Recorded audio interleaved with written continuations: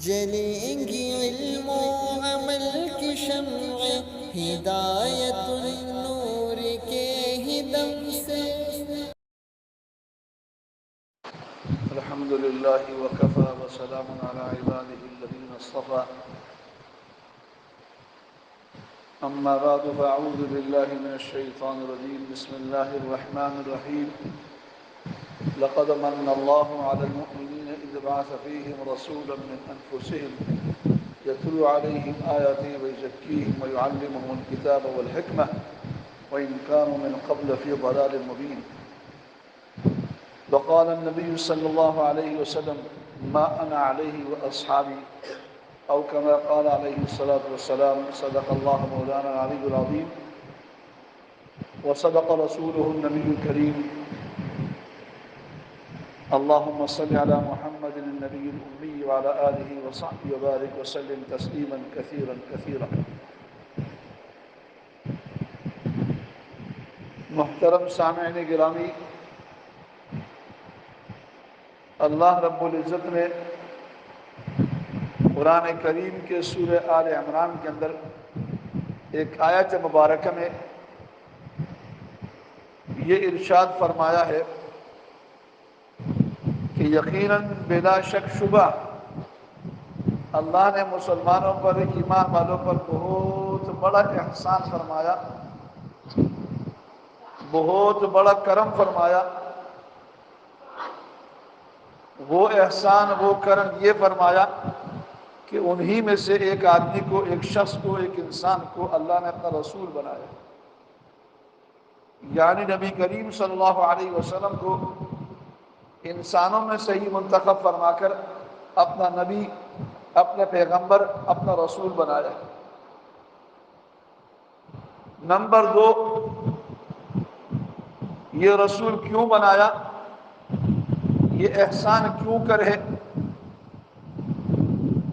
اللہ کی طرف سے آپ صلی اللہ علیہ وسلم کا مبعوث ہونا، رسول بنایا جانا میرے اور آپ کے لیے کس طرح احسان ہے؟ یتلو علیہم آیاتہ ویزکیہم، اس لیے کہ وہ قرآن کریم کی آیتیں تلاوت کر کے امت کو بتاتا ہے کہ اللہ کی کتاب ہے، اللہ کی آیتیں ہیں، اللہ کے احکامات ہیں۔ ویزکیہم، اور آپ صلی اللہ علیہ وسلم لوگوں کے دلوں کو پاک اور صاف کرتے ہیں، لوگوں کے دلوں کی اصلاح کرتے ہیں، کفر و شرک، غیظ و غضب، حسد، کینہ و حسد سے ان کے دلوں کو پاک کرتے ہیں۔ وَيُعَلِّمُهُمُ الْكِتَابَ، اور ان کو حکمت کی باتیں، قرآن کریم کی باتیں ان کو سکھاتے ہیں۔ یعنی حدیث مبارکہ ارشاد فرماتے ہیں وَإِن كَانُوا مِن قَبْلُ لَفِي ضَلَالٍ مُبِينٍ،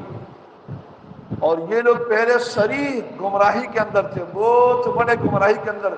بت پرستی کے اندر، شرک کے اندر مبتلا تھے۔ اس آیت مبارکہ میں اللہ رب العزت نے ایک مسلمان کو، ایک ایمان والے کو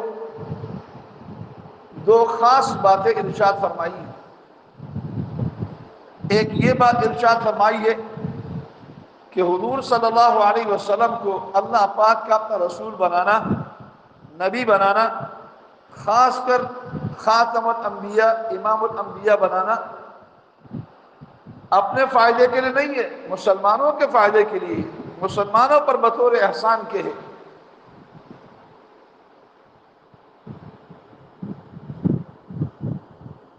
تو فرمایا کہ لقد من اللہ، بہت بڑا احسان ہے، یقیناً بہت بڑا کرم ہے، مہربانی اللہ کی طرف سے کہ اللہ نے نبی کریم صلی اللہ علیہ وسلم کو مبعوث فرمایا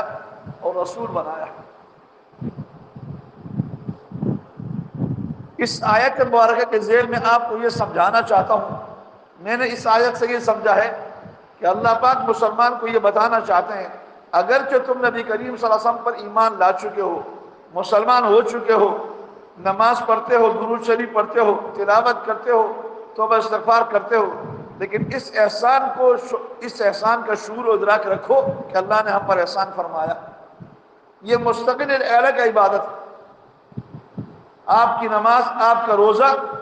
آپ کا درود شریف پڑھنا، آپ کا استغفار کرنا، آپ کے تمام اعمال اپنی جگہ پر، لیکن یہ جاننا، یہ ماننا، اس حقیقت کا اپنے اندر اقرار کرنا کہ اللہ نے ایک مستقل انعام، مستقل احسان، یہ اللہ نے فرمایا کہ اللہ نبی کریم صلی اللہ علیہ وسلم جیسا رسول، آپ کی عظیم شخصیت، آپ کی عظیم ہستی اللہ نے ہمیں عطا فرمایا۔ ہو سکے تو کبھی تھوڑی دیر کے لیے اس کو سوچنا چاہیے کہ اللہ رب العزت نے حضور صلی اللہ علیہ وسلم جو رحمت للعالمین ہے،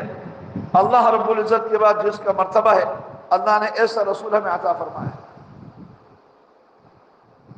نمبر 2،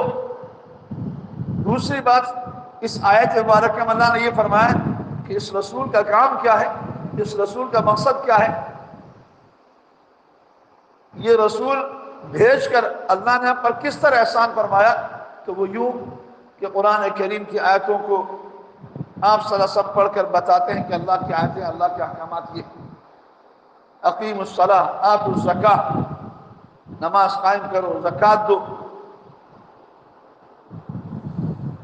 وَيُزَكِّيهِمْ، اور لوگوں کے دلوں کا تزکیہ کرتے ہیں، لوگوں کے دلوں میں جو کفر و شرک ہے، بغض و عناد ہے، اللہ پاک نبی کریم صلی اللہ علیہ وسلم کے واسطے سے، آپ کے محنت اور آپ کے قربانی سے، آپ کی باتوں سے لوگوں کے دلوں کو صاف کرتے ہیں۔ میں کہتا ہوں کہ ایک لوہار آدمی لوہے کو مٹی میں پکاتا ہے اور اس کو نرم کرتا ہے، اس کو خوبصورت بناتا ہے، اس کو اسٹیل کی طرح بناتا ہے، چمکتا دمکتا بناتا ہے، چائنا وہ شیشہ بناتا ہے، آئینہ بناتا ہے۔ اسی طرح ایک آدمی سونے کو مٹی میں پکاتا ہے، اس کو صاف ستھرا کرتا ہے۔ یقیناً 100% یہ انسان کر سکتا ہے، لیکن کسی کے دل کو صاف ستھرا کرنا، آئینے کی طرح صاف شفاف کرنا، چمکتا دمکتا کرنا، کفر و شرک سے پاک کرنا، یہ اللہ کے علاوہ کوئی نہیں کر سکتا۔ اللہ نے حضور صلی اللہ علیہ وسلم کے ذریعے سے، آپ کے واسطے سے ہمارے دلوں کو صاف ستھرا کیا ہے۔ وَيُعَلِّمُهُمُ الْكِتَابَ، قرآن کریم کی تعلیم، احکامات کو بیان کرتا ہے کہ نماز اللہ نے حکم دیا ہے، نماز کس طرح پڑھیں گے، روزہ کس طرح رکھیں گے۔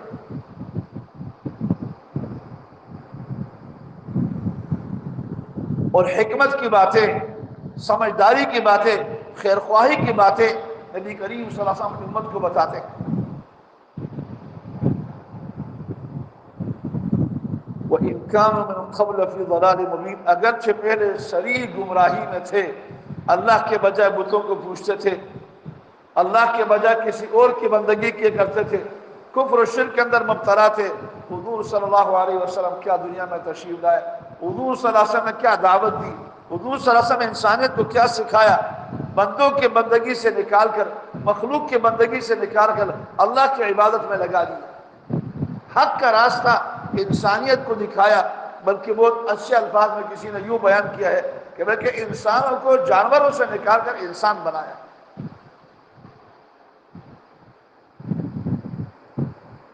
میں جو آپ کو بتانا چاہتا ہوں، اس سے معلوم یہ ہوتا ہے، اس آیت سے اہم بات یہ ہے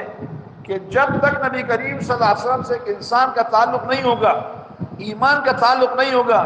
تعلیم کا حصول نہیں ہوگا، تربیت کا حصول نہیں ہوگا، آپ صلی اللہ علیہ وسلم کی معلومات نہیں ہوں گی، یہ انسان جانوروں سے بھی بدتر ہے، خطرناک، انتہائی گمراہی کے اندر ہے، ہمیشہ ہمیشہ کے جہنم میں جانے والا ہے۔ اس آیت میں بتا دیا کہ یہی صحابہ ابو بکر، عمر، عثمان، علی، عبد الرحمن، زید، یہ سارے کے سارے صحابہ جو پہلے گمراہ تھے، دین نہیں جانتے تھے، اللہ کو نہیں جانتے تھے، اللہ کی عبادت نہیں جانتے تھے، لیکن حضور صلی اللہ علیہ وسلم کے طفیل آپ کی برکت سے، آپ کی دعوت سے، آپ کے سمجھانے سے ہیرے بن گئے، ہیرے۔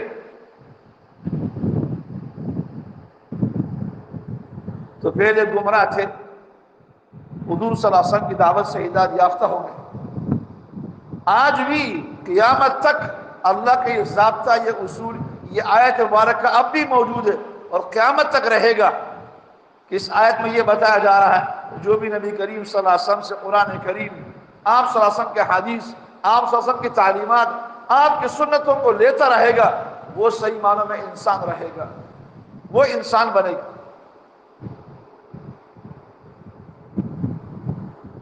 اور اگر ایک آدمی آپ صلی اللہ علیہ وسلم کی تعلیمات، آپ صلی اللہ علیہ وسلم کی سنتیں، آپ صلی اللہ علیہ وسلم کے عادات اور طریقوں کو نہیں لے گا، آج بھی اس جدت کے دور میں بھی، سائنس اور ٹیکنالوجی کے دور میں بھی جاہل ہی رہے گا اور احمق اور بیوقوف ہی رہے گا۔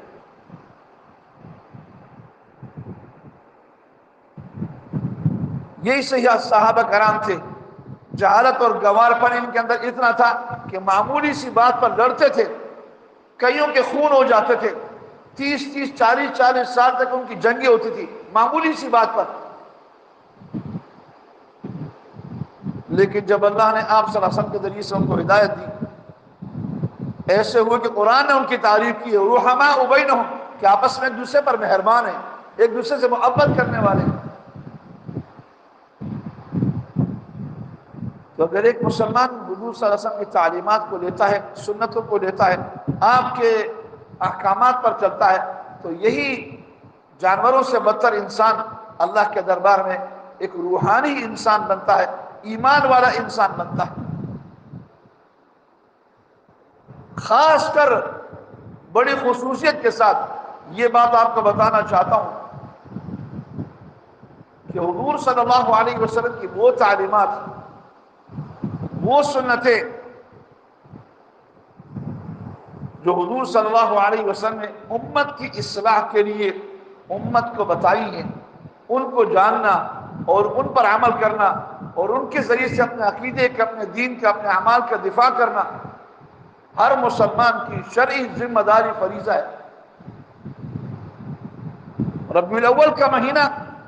حضور صلی اللہ علیہ وسلم کی ولادت کے مہینے سے مشہور و معروف ہے، خصوصاً 12 تاریخ 12 ربیع الاول کے بارے میں مشہور و معروف ہے۔ تاریخ کے کتابوں میں لکھا ہوا ہے کہ آپ صلی اللہ علیہ وسلم کی ولادت 12 ربیع الاول کے دن ہوئی۔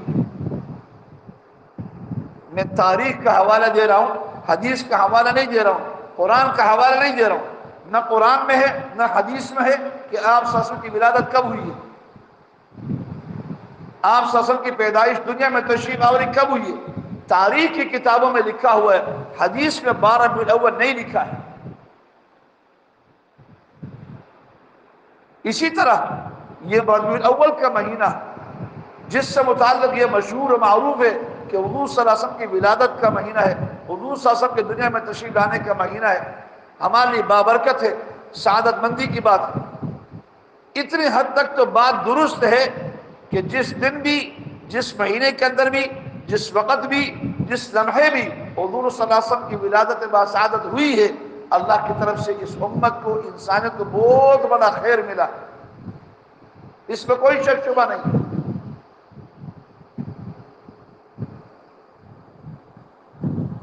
لیکن حضور صلی اللہ علیہ وسلم کی تشریف آوری، دنیا میں تشریف لانا، اتنا بڑا خیر کا حاصل ہونا، جس کو اللہ پاک نے لقد من اللہ علی المؤمنین سے بیان فرمایا کہ یقینا اللہ نے ایمان والوں پر بہت بڑا احسان فرمایا، اس طرز پر اس کو بیان فرمایا، تو لازماً اس میں خیر ہے۔ لیکن اس موقع پر مسلمان کو چاہیے کہ وہ اپنے عقلی تقاضے کے بجائے، نمبر 1 معاشرے کے تقاضے کے بجائے، نمبر 2 دوسروں کے نقالی کی بجائے، زمانے کی جدت کو دیکھنے کے بجائے شریعت کی، احادیث کی، آپ صلی اللہ علیہ وسلم کی سیرت کی، صحابہ کرام کے طرز کی 100% مکمل پیروی کریں۔ بہت اہم بات آپ کو بتا رہا ہوں، غور سے سنیے گا۔ میرے عقل کا تقاضا، میری سمجھ بوجھ اگر شریعت کے تابع نہ ہو، شریعت کے تقاضے اور شریعت کے احکامات کے مطابق نہ ہو، تو میرے عقل کا تقاضا تو یہ ہے، میرا دل تو یہ چاہے گا کہ حضور صلی اللہ علیہ وسلم اتنے بڑی عظیم ہستی ہے، اتنی بڑی شخصیت ہے، اللہ کے بعد آپ کا مرتبہ ہے، رحمت للعالمین آپ ہے، عرب کی بلکہ پوری دنیا کی کایا آپ کی وجہ سے پلٹی ہے۔ اتنی بڑی شخصیت کے دنیا میں تشریف لانے پر میں جشن کیوں نہیں مناؤں، خوشی کیوں نہیں کروں، شور شرابہ کیوں نہیں مناؤں، بانگڑا کیوں نہیں ڈالوں، جلد سے جلوس کیوں نہیں کروں؟ تو ہونا چاہیے، محبت کا اظہار، عقیدت کا اظہار کرنا چاہیے۔ میرے ہاں بیٹا ہوتا ہے تو میں پھولے نہیں سماتا، لوگوں کو بتاتا ہوں، لوگوں کو کھانا کھلاتا ہوں، تو حضور صلی اللہ علیہ وسلم تو میرے ماں باپ سے بھی بڑھ کر میرے لیے، میرے اولاد سے بھی بڑھ کر، تو ان کی آمد پر میں جشن کیوں نہیں مناؤں؟ اسی طرح اگر ایک آدمی یہ سوچے، اپنے عقل سے یہ فیصلہ کرے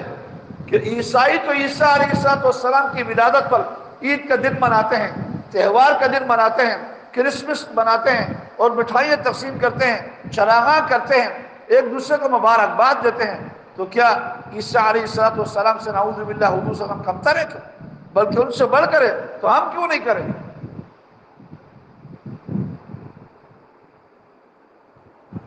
اسی طرح میرے ذہن میں یہ بات آئے، میں عقل سے یہ سوچوں کہ دنیا میں ہم نے سنا ہے، ہم نے دیکھا ہے، کوئی بھی بڑا آدمی مر جاتا ہے تو اس کا مجسمہ بنایا جاتا ہے اور اس کو لوگوں کو دکھایا جاتا ہے، اس کے قصے کہانیاں لوگوں کو سنایا جاتا ہے، اس سے پیدائش کے دن کو اہمیت دی جاتی ہے، تو کیا حضور صلی اللہ علیہ وسلم اس قابل نہیں کہ حضور صلی اللہ علیہ وسلم کا تذکرہ نہ کیا جائے، حضور صلی اللہ علیہ وسلم کے لیے جلسہ جلوس نہ کیا جائے؟ تو آدمی اگر شریعت کو نہ دیکھے، حدیث کو نہ دیکھے، پیغمبر اور پیغمبر کے صحابہ کرام کو نہ دیکھے، تو اس کا عقل شیطان اس کا نفس اسے مجبور کرے گا کہ ایسے کرو۔ چنانچہ بہت سا لوگ ایسے کرتے ہیں۔ 12 اول کے دن کتنی خوشیوں کا اظہار کیا جاتا ہے، کتنے کھانے تقسیم کیے جاتے ہیں، کتنے جلسے جلوس کیے جاتے ہیں، سرکاری طور پر تعطیلات کا اعلان کیا جاتا ہے، لیکن آپ قرآن کریم کو شروع سے لے کر آخر تک بار بار دیکھیں، احادیث مبارکہ، صحیح حدیث، مستند حدیث، بڑی بڑی کتابوں کو آپ ٹٹول کر دیکھیں، پورے کے پورے ذخیرہ احادیث میں، احادیث کی کتابوں کے انبار میں آپ کو کوئی بھی ایسی حدیث نہیں ملے گا کہ صحابہ کرام نے آپ کے ولادت کے دن کوئی جشن منایا ہو، کوئی شور شرابہ کیا ہو، کوئی کھانا پینا تقسیم کیا ہو۔ اسی لیے حلفیہ یہ بات کہتا ہوں اور ببان کے دور یہ بات کہتا ہوں، ہر مسلمان کے دل میں یہ بات اتارنا چاہتا ہوں کہ بھئی کہ مجھ سے اور آپ سے، آج کل کے مسلمان سے کروڑوں کھربوں درجے صحابہ کرام کو نبی کریم صلی اللہ علیہ وسلم سے محبت تھی۔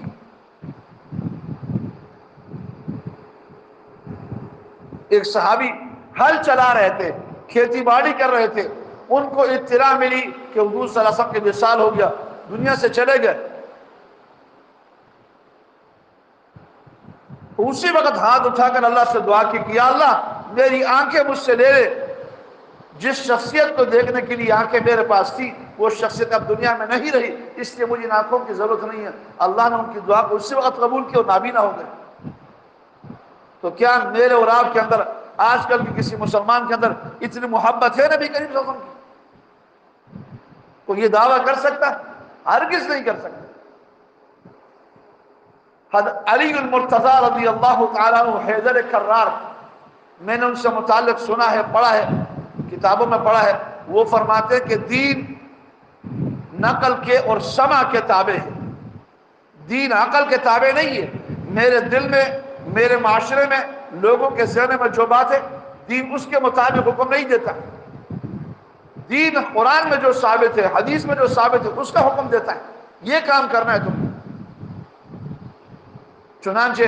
پھر مثال سے سمجھایا، اگر دین عقل کے تابع ہوتا تو موزے پہننے والا موزوں پر جو مسح کرتا ہے اس کو چاہیے تھا کہ وہ نیچے سے کرتا، اس لیے کہ زمین کے ساتھ مٹی میں ملیامٹ وہ نیچے والا حصہ ہوتا ہے، لیکن حضور صلی اللہ علیہ وسلم نے ہمیں حکم دیا کہ موزے پہننے والا، چمڑے کے موزے پہننے والا جب مسح کرے گا تو اوپر مسح کرے گا، نیچے نہیں کرے گا۔ تو ہمارے عقل کا، ہمارے ذہن کا، ہمارے سوچ و فکر کا تقاضا تو یہ ہے کہ نیچے سے آدمی مسح کرے، لیکن حضور صلی اللہ علیہ وسلم نے ایسا نہیں کیا۔ تو میں اپنے عقل کے تقاضے کو نہیں دیکھتا، میں اپنی سوچ کو نہیں لیتا، میں لوگوں کو دیکھا دیکھی کام نہیں کرتا، میں تو حضور صلی اللہ علیہ وسلم کے طریقے کو لیتا ہوں، آپ کے فرمان کو لیتا ہوں۔ تو ان تمام باتوں میں مسلمان کو یہ باور کرانا چاہتا ہوں کہ میرے معاشرے میں کیا ہو رہا ہے، لوگ کس طرح عشق نبوی کا اظہار کر رہے ہیں، کس طرح اپنے جذبات کا اظہار کر رہے ہیں، کیا کیا کام کر رہے ہیں، کتنے جھنڈیاں لگا رہے ہیں، کتنے چراغاں کر رہے ہیں، کتنا شور شرابہ کر رہے ہیں۔ میں اس کو نہیں دیکھوں، اس سے میں متاثر رہوں۔ میرے پاس قرآن موجود ہے، میرے پاس حدیث موجود ہے، میرے پاس دین کی تعلیمات موجود ہے، تو مجھے کیا ضرورت ہے کہ میں کسی کو دیکھا دیکھے دین اپناؤں۔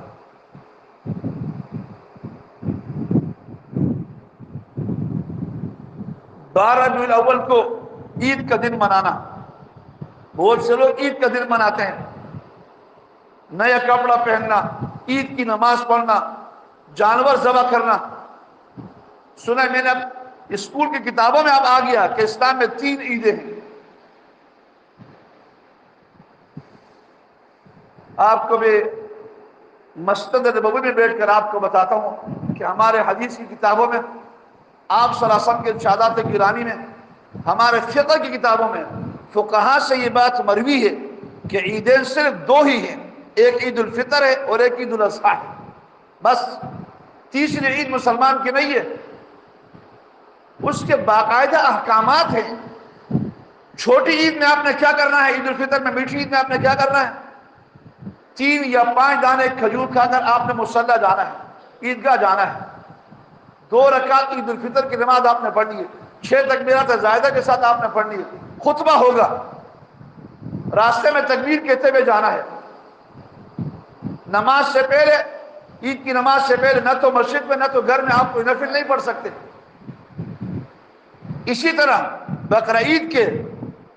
قربانی کے عید کے بھی احکامات ہمارے حدیث کتابوں میں، فقہ کتابوں میں موجود ہے۔ جب آپ بقرعید کی نماز کے لیے جا رہے ہوں گے تو آپ نے کچھ نہیں کھانا، سنت یہ ہے آپ قربانی کر کے قربانی کے جانور میں سے آپ کھائیں گے، اس کے گوشت میں سے آپ کھائیں گے۔ تکبیرات زور زور سے کہنا، اللہ اکبر اللہ اکبر، لا الہ الا اللہ واللہ اکبر، اللہ اکبر وللہ الحمد۔ جس راستے سے آپ جائیں گے دوسرے راستے سے آپ نے آنا ہے، اسی راستے سے واپس نہیں آنا ہے۔ یہ حدیث میں نبی کریم صلی اللہ علیہ وسلم نے بتایا امت کو۔ لیکن مجھے کوئی بھی مسلمان، کیا کوئی بھی انسان مجھے یہ نہیں بتا سکتا کہ حضور صلی اللہ علیہ وسلم نے 12 ربیع الاول کو عید منایا ہو، کسی صحابی نے بنایا ہو، یا کوئی ایسا کام کیا ہو جو اس دن کی خصوصیت ہو، نہیں ہے۔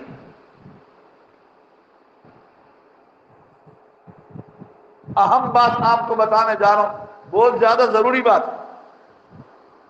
ہم اگر یہ کہتے ہیں کہ بھئی کہ جلد سے جلوس کرنا، یہ چراغاں کرنا، بڑے بڑے جلسے کر کے بہت زور زور سے نعت خوانی کرنا، لوگوں کو تکلیف میں مبتلا کرنا، یہ جائز نہیں ہے، شرع میں ثابت نہیں ہے۔ کوئی بھی تمہیں ایک واقعہ ثابت نہیں کر سکتے، کوئی حدیث ثابت نہیں کر سکتے کہ حضور صلی اللہ علیہ وسلم نے کسی جلسے میں خطاب کیا ہو 12 ربیع الاول کو یا ربیع الاول کے مہینے میں، کوئی بھی نہیں۔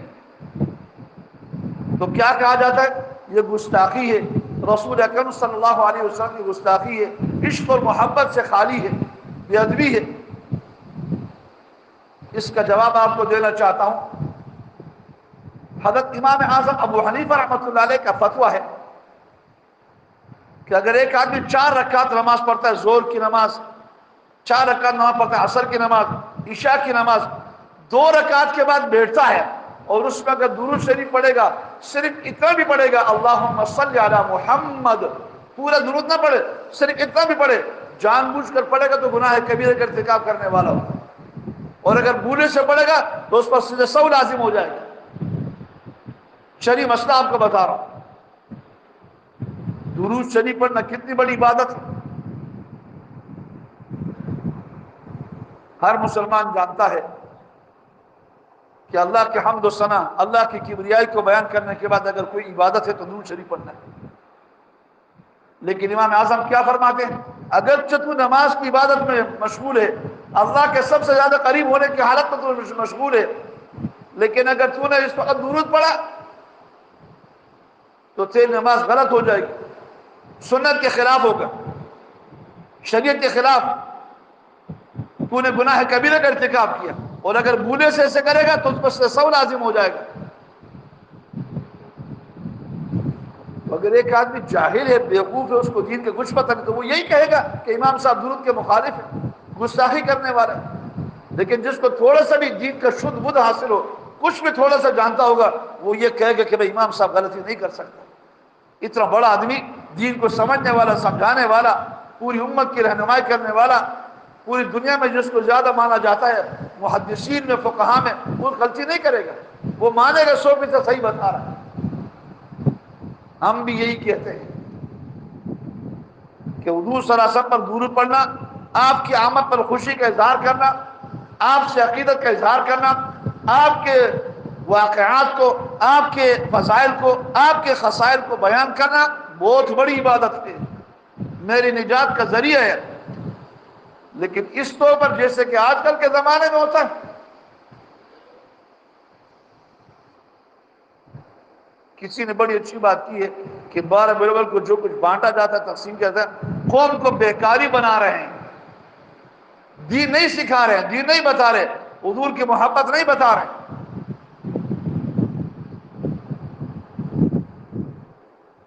ایک صاحب نے بتایا، میں نے وہ شاید موبائل میں سنا، مجھے ان کا نام یاد نہیں، عالم ہے،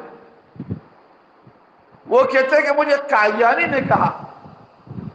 کہ بھائی ہم بھی قرآن مانتے ہیں، ہم بھی مسلمان ہیں، ہم بھی تراویح کا اہتمام کرتے ہیں، روزے کا اہتمام کرتے ہیں، ہمارے ہاں بھی جماعت خانے میں قرآن کریم کے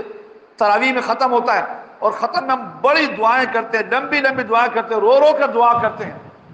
اللہ کو منانے کی کوشش کرتے ہیں۔ اس کا مقصد یہ تھا کہ اگر تم جنت کے طلبگار ہو تو ہم بھی جنت کے طلبگار ہیں، اگر تم جہنم میں نہیں جانا چاہتے تو ہم بھی جہنم میں نہیں جانا چاہتے، ہم بھی مسلمان ہیں، یہ کہنا چاہتا ہے۔ اس عالم نے کہا، میں نے کہا اللہ کی قسم، اللہ کی قسم، اللہ کی قسم، تو بھی، تیرا یہ تراویح بھی، تیرا یہ دعائیں کرنا بھی، سب تجھے تیرے ساتھ جہنم میں جائیں گے، اس لیے کہ تو نے دین میں ایسی زیادتی کی ہے، نبوت کے دروازے کو کھولا ہے جس کے نبی کریم صلی اللہ علیہ وسلم نے کبھی بھی اجازت نہیں دی ہے۔ تو جتنا بھی عبادت کر لے، جتنا بھی اچھا ہو جائے، جتنا بھی اپنے آپ کو بڑا نیک پارسا سمجھے، قرآن کی حدیث کی تو صریح مخالفت کرتا ہے، حضور صلی اللہ علیہ وسلم کی عزت و ناموس پر تو حملہ کرتا ہے، تو کبھی بھی ان عبادات سے جنت میں نہیں جائے گا، سیدھا جہنم میں جائے گا۔ یہ اعمال تجھے جہنم میں لے جائیں گے، جنت میں نہیں لے جائیں گے۔ تو آج کل کے دور میں جو اس طرح کے اعلانات کر کے، اس طرح جلد سے جلوس کر کے یہ سمجھتے ہیں کہ ہم عشق مصطفیٰ کا اعلان کر رہے ہیں، عشق مصطفیٰ کو بیان کر رہے ہیں، حضور صلی اللہ علیہ وسلم محبت کا اظہار کر رہے ہیں، کبھی بھی نہیں، ناممکن ہے یہ۔ ایک مرتبہ نبی کریم صلی اللہ علیہ وسلم ایک مجلس میں بیٹھے ہوئے تھے، بات چل رہی تو آپ نے فرمایا کہ مجھے 3 چیزیں پسند ہیں، ایک نیک بیوی پسند ہے، ایک خوشبو پسند ہے، اور میرے آنکھوں کی ٹھنڈک نماز ہے۔ ابوبکر صدیق رضی اللہ عنہ بیٹھے ہوئے تھے، انہوں نے عرض کیا کہ یا رسول اللہ مجھے بھی 3 چیزوں سے بڑی محبت ہے، میں بھی 3 چیزیں پسند کرتا ہوں۔ حضور صلی اللہ علیہ وسلم نے فرمایا کیا بھائی، آپ کو کیا پسند ہے؟ فرمایا کہ نمبر 1 آپ کی زیارت، آپ کو دیکھنا میری دنیا میں تمام چیزوں کو دیکھنے سے زیادہ پسند ہے۔ نمبر 2 آپ کی مجلس میں بیٹھنا، آپ کی باتیں سننا پوری دنیا کے مافیا سے بہتر ہے، اور اپنے حلال مال کو آپ کی ذات پر خرچ کرنا مجھے سب سے زیادہ پسند ہے۔ یہ نہیں کہا کہ آپ کی ولادت، آپ کا دنیا میں آنا، اس پر جشن منانا یہ مجھے پسند نہیں، یہ ہے محبت، اس کو کہتے ہیں عشق نبی۔ ابوبکر صدیق نے مجھے اور آپ کو بتا دیا کہ حضور کی محبت یہ ہے، عشق مصطفیٰ یہ ہے کہ آپ کے نزدیک اگر حضور سے محبت ہے تو کسی انسان کا چہرہ آپ کو اتنا محبوب نہیں ہونا چاہیے جتنا کہ نبی کریم صلی اللہ علیہ وسلم کا چہرہ آپ کو۔ آج لوگ کسی کھلاڑی کو پسند کرتے، کسی اداکار کو پسند، مسلمان نوجوان آدمی اداکار اور کھلاڑی جیسا اپنی شکل بناتا ہے، اپنی داڑھی بناتا ہے، اپنے بال بناتا ہے، اپنا لباس بناتا ہے۔ ایک کھلاڑی تھا، اس سے مطالعہ میں نے اخبار میں پڑھا، اس سے پوچھا گیا کہ دنیا میں آپ کا سب سے زیادہ آئیڈیل کون ہے، پسند کون ہے؟ وہ کہنے لگا محمد صلی اللہ علیہ وسلم۔ میں نے کہا یہ جھوٹ بکواس کرتا ہے، اس کے چہرے پر نہ داڑھی ہے، اس کے بال نہ سنت کے مطابق ہیں، اس کا لباس بھی سنت کے مطابق نہیں، ویسے بکواس کرتا ہے۔ میں نے عربی کا ماہر کا ایک زبردست آدمی کا میں نے مقولہ پڑھا ہے، وہ کہتا ہے کہ یاد رکھو انسان کی فطرت ہے، جس سے محبت کرے گا اس کی اداؤں کو اپنائے گا، وہ اس جیسے بننے کی کوشش کرے گا۔ ایک آدمی کا فنکار سے، کھلاڑی سے محبت کرتا ہے، اس کی شکل بناتا ہے اور دعویٰ کرتا ہے کہ میں مسلمان ہوں، میں حضور سے محبت کرتا ہوں۔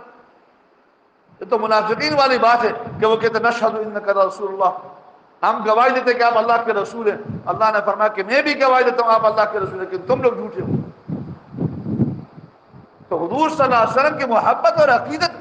12 ربیع الاول کا جشن نہیں ہے، حضور کی محبت یہ کہ آپ کے سر سے لے کر پاؤں تک آپ کے ایک ہاتھ کی انگلی سے لے کر دوسرے ہاتھ کی انگلی تک، آپ آگے سے پیچھے سے ہر طرف سے آپ کے سنت ٹپکتا ہوں۔ دور سے دیکھنے والا یہ سمجھے کہ یہ پکا مسلمان ہے۔ آپ کو کسی کو بتانے کی ضرورت نہیں ہے، نعت خوانی کرنے کی ضرورت نہیں ہے، بڑا جلسہ جلوس کرنے کی ضرورت نہیں ہے، اعلان کرنے کی ضرورت نہیں کہ میں عشق مصطفیٰ میں مبتلا ہوں، میں عاشق رسول، نہیں کہنے کا۔ اگر تمہارے شکل و صورت ایسا، ایک آدمی کو میں نے دیکھا داڑھی بالکل چھوٹی سی ہے، برش بنایا ہوا ہے، مونچھیں بڑے بڑے بنائے ہوئے، بہت بڑا بڑا لگایا ہوا ہے، جشن عید میلاد النبی مبارک۔ میں نے کہا تجھے یہی عمل جہنم میں لے جائے۔ ایک طرف سے تو عشق مصطفیٰ کا اور جشن کا تو اعلان کر رہا ہے، اور تیری شکل میں ذرا بھی سنت نہیں ہے، نہ تیرے سر پر ٹوپی ہے، نہ تیرا لباس اسلامی ہے، پانچے اس کے ٹنگوں سے نیچے زمین سے لگ رہے ہیں، اور کہتا ہے کہ جشن عید میلاد النبی مبارک۔ پتہ نہیں کیا ہو گیا مسلمان کو کہ وہ دین کو سمجھنے والا، دین کو پھیلانے والا، دین کے لیے مر مٹنے والا تھا، آج یہی مسلمان دین کو بدنام کر رہا ہے، آج یہی مسلمان دین کو بگاڑ رہا ہے، اپنے ذات کے اندر اسلام کو پیدا کرنے کی کوشش نہیں کرتا، اپنے گھر کے اندر اسلام کو لانے کی کوشش نہیں کرتا، اور عشق مصطفیٰ کا دعویٰ کرتا ہے۔ اللہ ہم سب کو سمجھنے اور عمل کرنے کی توفیق عطا فرمائے۔